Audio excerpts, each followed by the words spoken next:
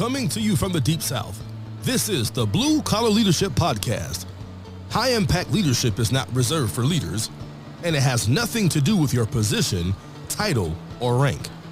However, it does have everything to do with your character. It's time to climb to the next level and beyond, personally and professionally. Now, let's start making it happen with your host, Mac Story.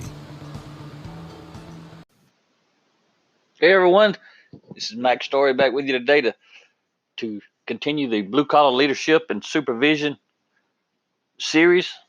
And again, that's based on my book by the same title with the subtitle, Unleash Your Team's Potential. So today we're on part 11 of 30, which is also chapter 11 of 30 as it relates to the book. And today we're talking about moving beyond communication. Because the best leaders intentionally connect. And see, a lot of people who don't study this type of content, they don't really understand the difference between communication and connection. And really, when I talk about it in depth, and we're not going to get that deep here today, because this book's more about leadership in general than it is communication specifically. But I kind of talk about sometimes there's 5 levels of communication. Lowest level is communication. The next level up, moving beyond communication, is connection. The next level is motivation. Next level is inspiration. And then last level is transformation. So you can move from communication to transformation. And that's a whole different topic, but I did want to just kind of share those with you. And those principles or those words kind of relate to a lot of different things, but I can tie them to communication as well. And so the best leaders intentionally connect. And see, I've been around a lot of people who manage people. A lot of us call those the boss. They're bosses, managers of people instead of leaders of people. And those people are just giving out information. But when you move from communication to connection, you go far beyond information because you start to motivate people with your connection. You start to inspire people with your connection. And if you're in the big leagues, you're able to start transforming people with your connection. It's pretty powerful. Dale Carnegie had this to say: when dealing with people, you're not dealing with creatures of logic. You are dealing with creatures of emotion. Probably already know that, but think about it. When dealing with people, you're not dealing with creatures of logic. You're dealing with creatures of emotion. And I know a lot of times I've heard it over the years, probably been guilty of it before I started really learning the stuff I know now. But a lot of times the ladies get a bad rap because people say they're emotional. Well, guess what? Guys are emotional too. That's why they're usually giving them the bad rap, or they're getting angry about them being emotional. Guess what? Anger is an emotion. Men and women both are creatures of emotion. We just like to think we weren't, and it was somebody else being emotional. Everybody is emotional. That's the state of being alive, is being emotional. So Dale Carnegie had some great thoughts there. You know, move beyond logic and deal with the emotion. That's what connection is about. Low impact leaders, they don't want to connect with people. They don't want to appear to be friends with anybody. The only time you're going to see a low impact leader relative communication is when they have something literally to tell you. Something you need to do or something you shouldn't have done or to blame you for something. That's about all you get out of a low impact leader. The high impact leaders know when you're able to build trust with your team, you move beyond communication and begin to connect. Connecting is all about building strong relationships. So when you connect with your team, that's the results. You're building relationships. Pure bottom line communication, giving people the bare minimum and sometimes less, does not build strong relationships. And I'll give you a good example of this. Rhea and I we had the privilege. We've been super busy this year. We've been all across this country talking to leaders and their teams all over the place. One of the places we had the privilege of going to speak was we were in Columbus, Ohio, and we were part of something called the Warden Exchange program. And we've supported that organization for a couple of years. We were out in Petaluma, California, speaking to them a year or two ago. And then we got to tour San Quentin. And we actually were toured by inmates within the population. And the population was out there, 4,000 or 5,000 inmates. And the inmates toured us around. And we had about a 2-hour tour. We were with the wardens, and we were speaking to them. And the speakers plus the wardens got to go on a tour. So that was pretty cool. And I pretty much missed the whole tour because I was at the end of the tour line actually connecting. And I was connecting with one of the inmates who had been in there over 20 years in San Quentin prison. And I had started doing exactly what this episode's about. I do it everywhere. I try to connect with people who are hungry for growth. And this fellow was. And so he had a pad of Post-it notes in his pocket and a pen or a pencil. And I was teaching him leadership during the whole tour. I pretty much literally missed the whole thing. I keep up with the people, but I don't know what they were saying and what they were looking at. Because what I was passionate about at that moment, fired up about, was giving this guy some golden nuggets. And he was taking note after note after note. Basically what I was teaching was a lot of the 7 habits. A lot of stuff I talk about, but also the 7 habits. So we were with another group of prison wardens recently in Ohio. We were in Columbus, Ohio. We spoke for a couple hours actually on this content, on blue-collar leadership and supervision. And it was pretty cool. We spoke for a couple hours, but we also got to tour another prison with them. So the prison we toured this time was the Ohio Reformatory for Women.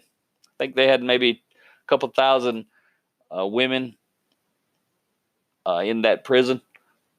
But what was amazing was when we went in there, any organization that's trying to be an awesome organization, build a great culture, they need to go tour the Ohio Reformatory for Women. That facility, it was established in 1916. Unbelievable. I'm talking about the inmates, the officers, everybody. From the time we got off the bus to the time we got back on the bus after that couple-hour tour, I was blown away. I don't think I've seen that in any organization I've ever walked into.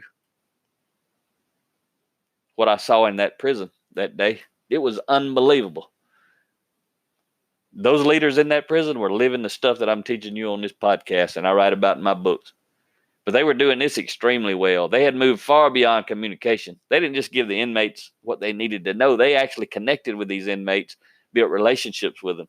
The inmates, they actually brought them in and they gave us a talk. And then they were talking like leadership talk. It was pretty wicked. But what we saw from the moment we went in to the moment we left was and I may get the title wrong, but I believe she was like a district warden. So she was over about 8 prisons. She used to be the warden of that specific prison, but she had gotten promoted and now was over 8 different prisons. But she was on the tour with us. And the warden who actually was operating the prison at the moment was touring with us. So we had the prison warden and then her boss. And then later, the commissioner of prisons for the whole state was in there with us as well and was speaking with us. But when that district warden, who used to be the warden of that prison, when she went through that prison, inmates were coming up hugging her. Staff was coming up hugging her. She was going off to hug inmates and other staff, and she's calling them by their names as she's walking up to them, and they calling her by her name. Everybody's smiling. It was really an unbelievable experience.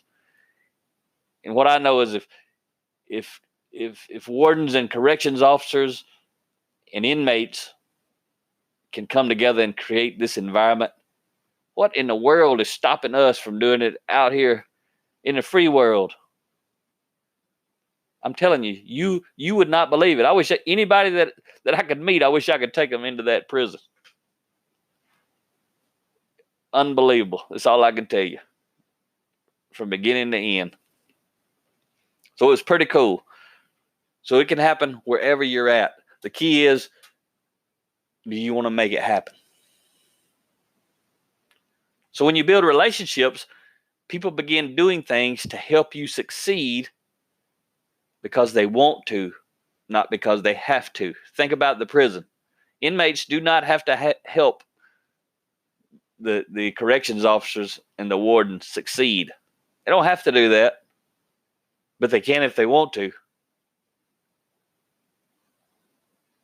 Even the other way around, the corrections officers do not have to help the inmates succeed in life. They have to do their job, but that's really not their job. Their job is to control them, keep them into space, keep everybody safe, but they go above and beyond that. And the corrections officers and the wardens, they do more than they have to. They do what they want to relative to building relationships. And it was showing in there. And see, even in a prison atmosphere,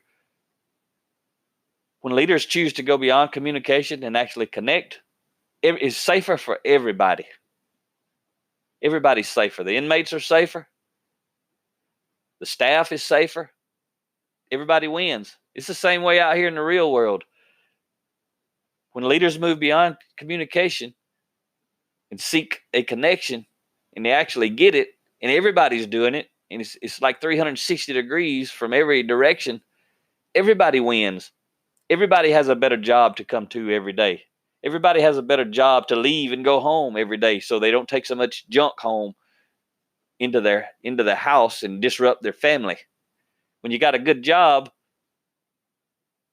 it makes it easier to have a good life. Everybody wins. So managers of people communicate. High impact leaders of people connect. And think about this. Does your team trust you?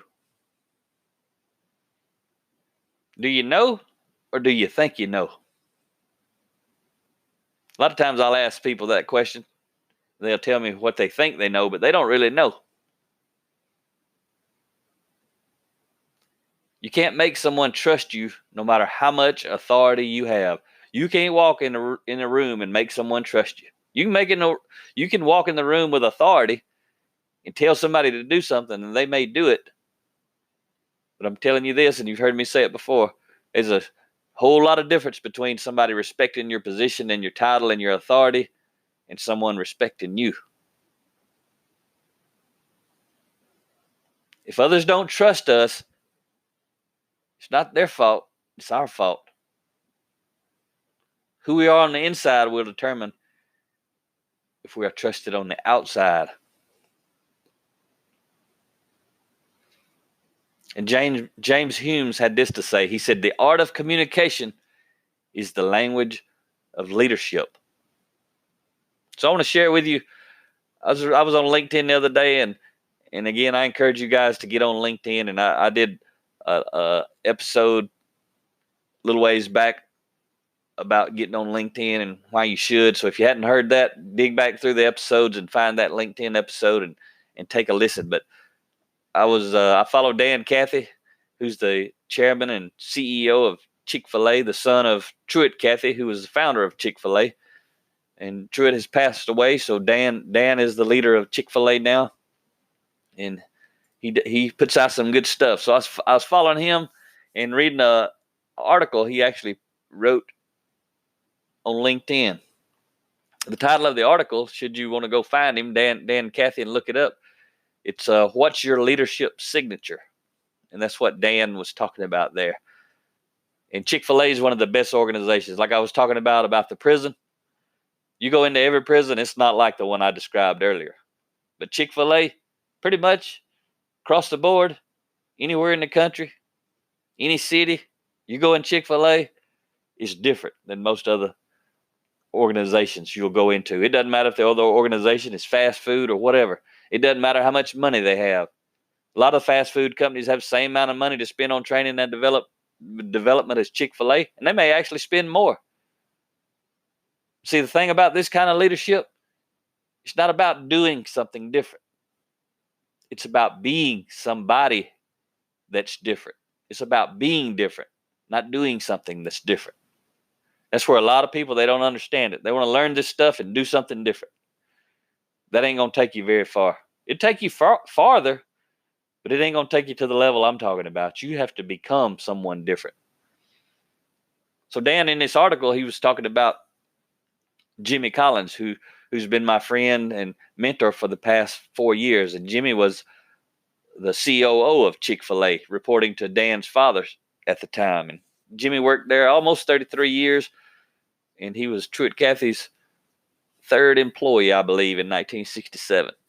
But he retired as president and COO of Chick-fil-A in 2001. So Dan was writing this story, and he was talking about, leaving a signature behind in the lives of people, kind of like leaving a legacy. And in this episode, he gave an example talking about Jimmy. And if you like the example I'm about to share with you, make sure you go back and listen to episode 119, 121, and 123. I actually went over to Jimmy's house recently, and or actually it's been a month or two back now, but I went over there and recorded a 3-part series with Jimmy and let him give us some insight. He's got a book called Creative Followership. But Jimmy is an unbelievable leader, but he actually talks about followership a lot because he followed Truett Cathy. He led everyone else and also followed a lot of those folks. And he actually did the same thing with Truett. He followed Truett, but he also led Truett, meaning he influenced Truett. We're always leading, and we're always following, and we're always managing. We're always doing those 3 things. Every day, all of us are doing those 3 things. So the story he was telling was, he said years ago, and these are Dan's words, but he said years ago, meaning Dan's former president and COO of Chick-fil-A, Jimmy Collins, he used to travel with a 7/16 Craftsman wrench in his bag. And Dan says, you might ask, why in the world would the CEO of a company like Chick-fil-A carry a wrench around with him? And, it's a great question, and Dan loves the answer to that question. And this is the answer. Dan says, when Jimmy would attend the grand opening of a new restaurant, he'd chat with the operator about how things were going, and then ask the operator if he or she had checked the compressor in the ice machine. And Dan goes on to say, when the ice machines were shipped, the covers would be bolted down tightly. And if you didn't loosen them, you'd run the risk of damaging the entire appliance. So Jimmy would pull out his Craftsman wrench, they'd walk back, find the ice machine, and he'd help the operator loosen the bolts. So Dan goes on to say, knowing that critical piece of information and preparing himself to deal with it on the spot is all it took for Jimmy to make a deep connection with the operators. And Dan says that single act followed Jimmy around. Operators saw Jimmy roll up his sleeves and show a willingness to get his hands dirty. And that one act created an avenue for communication between the COO and the operator, which was invaluable. And Dan says, when the people whom you seek to lead see you get a little dirty, it engenders their trust. And Dan finishes up by saying, over the years, he's learned that leadership is 80% what people see you do. And Jimmy's wrench spoke volumes about the kind of leader he was and desired to be. And Dan says he learned much from Jimmy's 7/16 Craftsman wrench. So that's a pretty cool story. And see, Jimmy could have walked in as the COO. He had learned through experience about the ice machine.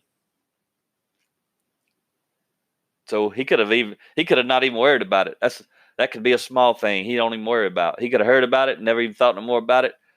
Or he could have heard about it and walked in and says, hey, I heard you need to check that ice machine. Sometimes the bolts are tight. Most of the time when they come in, you need to loosen them up, keep from damaging it.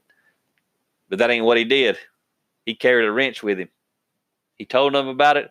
He went in there. He put the wrench on the bolt or the nut, and he took care of business while he was talking to him. That's moving beyond communication and making a connection.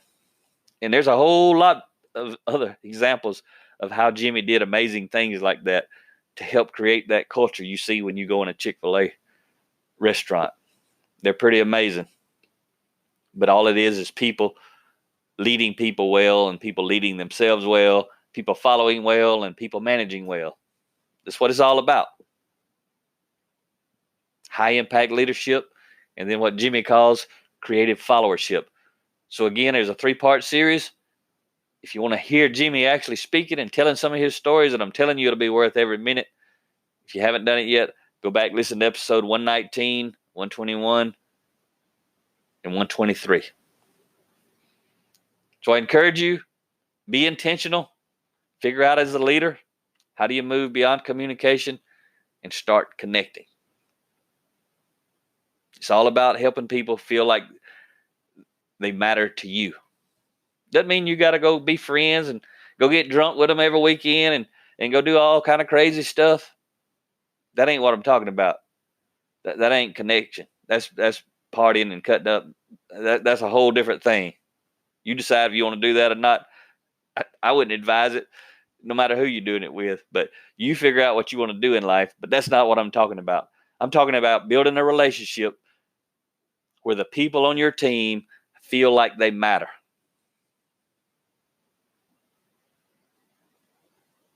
Because if they don't feel like they matter, I'm pretty sure they don't feel like you matter.